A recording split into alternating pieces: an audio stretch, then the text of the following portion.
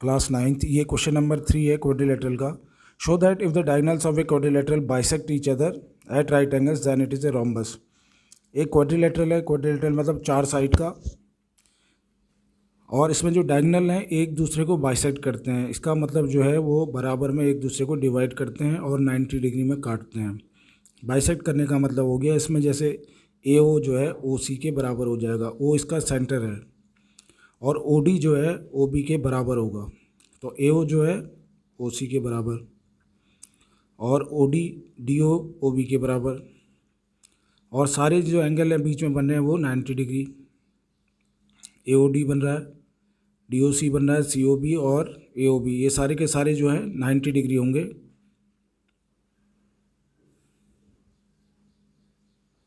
अब हमने प्रूव करना है कि ये रोम्बस है। सबसे पहले हम ये दो ट्रायंगल ले लेते हैं।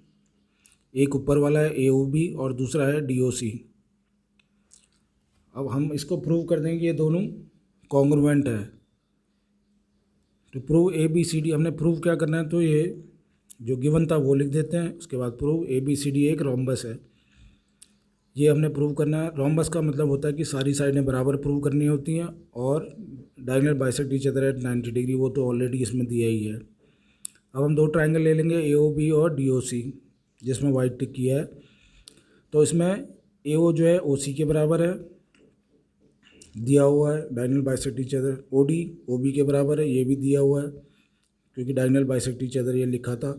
डी ओ सी जो है ए ओ बी के बराबर है, और ये क्यों, क्योंकि ये वर्टिकली अपोजिट है। डी ओ सी ए ओ बी के बराबर है, एक्स बन रहा है, वर्टिकली अपोजिट है। तो ए ओ बी को हम अब बोल सकते हैं कि ए ओ बी जो है डी ओ सी के कॉन्ग्रुएंट है।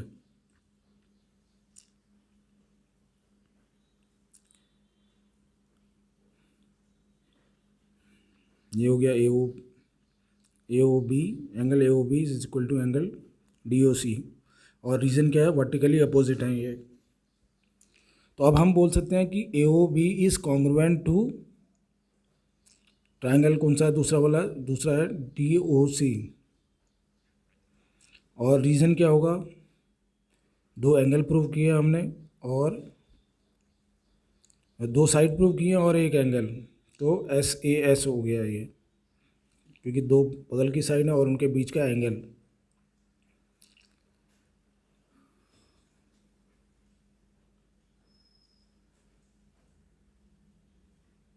A O B C O D लिखें या डी ओ सी, वो बात एक ही है, ऐसी एस कॉन्ग्रुएंसी होगी। तो इसका मतलब हो गया कि ए बी जो है डी सी के बराबर होगा, क्योंकि सी पी सी टी, एक बार जब दो ट्रायंगल प्रूव कर दिए कि कॉन्ग्रुएंट हैं, तो उसके बाकी साइडें भी, कॉरेस्पॉन्डिंग साइडें बराबर हो जाती हैं। तो हम उसी फिगर को हम यहाँ पर नीचे पेस्ट कर लेते हैं ताकि देखने में आसानी रहे। तो ए बी किसके बराबर है, डी सी। अब हम दो और ट्रायंगल ले लेते हैं, ए बी डी सी के बराबर प्रूव कर दिया। अब जो दिस में टिक किया है मैंने, ये जो है A O D, A O B और ए ओ डी, ऊपर वाला ए ओ बी और साइड वाला ये है ए ओ डी। अब इसमें angle A O B is equal to A O D 90 degree, ये तो दिया ही हुआ है, ए ओ डी। तो एक चीज़ प्रूव, ए ओ और ए ओ देखेंगे तो हम कॉमन है दोनों के लिए, और एक और चाहिए हमको, तो O D is equal to O B is equal to O D लिख सकते हैं। ये भी गिवन है क्योंकि डायगोनल बाइसेक्ट ईच अदर, ये तो दिया हुआ था। तो तीन चीज़ें हो गई हैं हमारे पास, इसलिए हम बोल सकते हैं कि ए ओ बी जो है triangle congruent to A O D है। A O B is congruent to A O D, तो ये दोनों ट्रायंगल बराबर हो गए। और रीज़न क्या है, हमने दो साइडें प्रूव की हैं और उसके एक एंगल प्रूव किया है। तो ये प्रॉपर्टी कौन सी लग गई, S A S.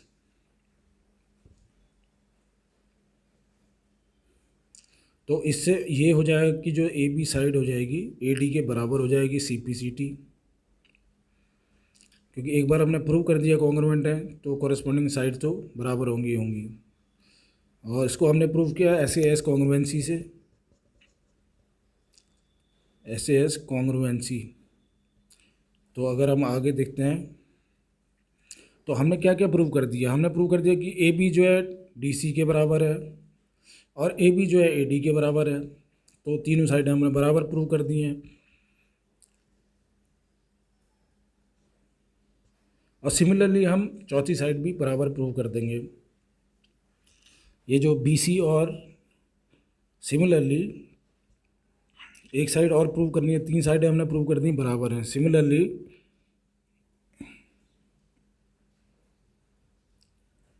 DOC is congruent to BOC, DOC है BOC के कॉन्ग्रुएंट होगा।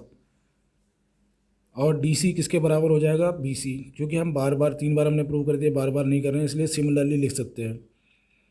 तो DC BC के बराबर। इसका मतलब क्या हुआ? हमने सारी साइडें बराबर प्रूव कर दी हैं।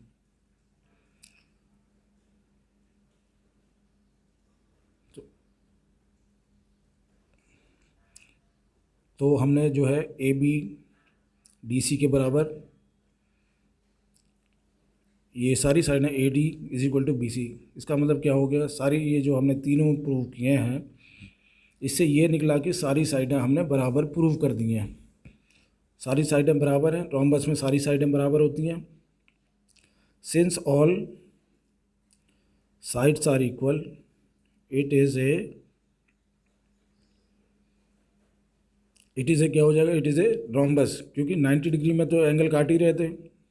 और रोम्बस की प्रॉपर्टी होती है कि अगर सारी साइडें बराबर हों and diagonal bisect each other eight 90 degree, diagonal bisect each other eight 90 degree, ये तो दिया ही हुआ था।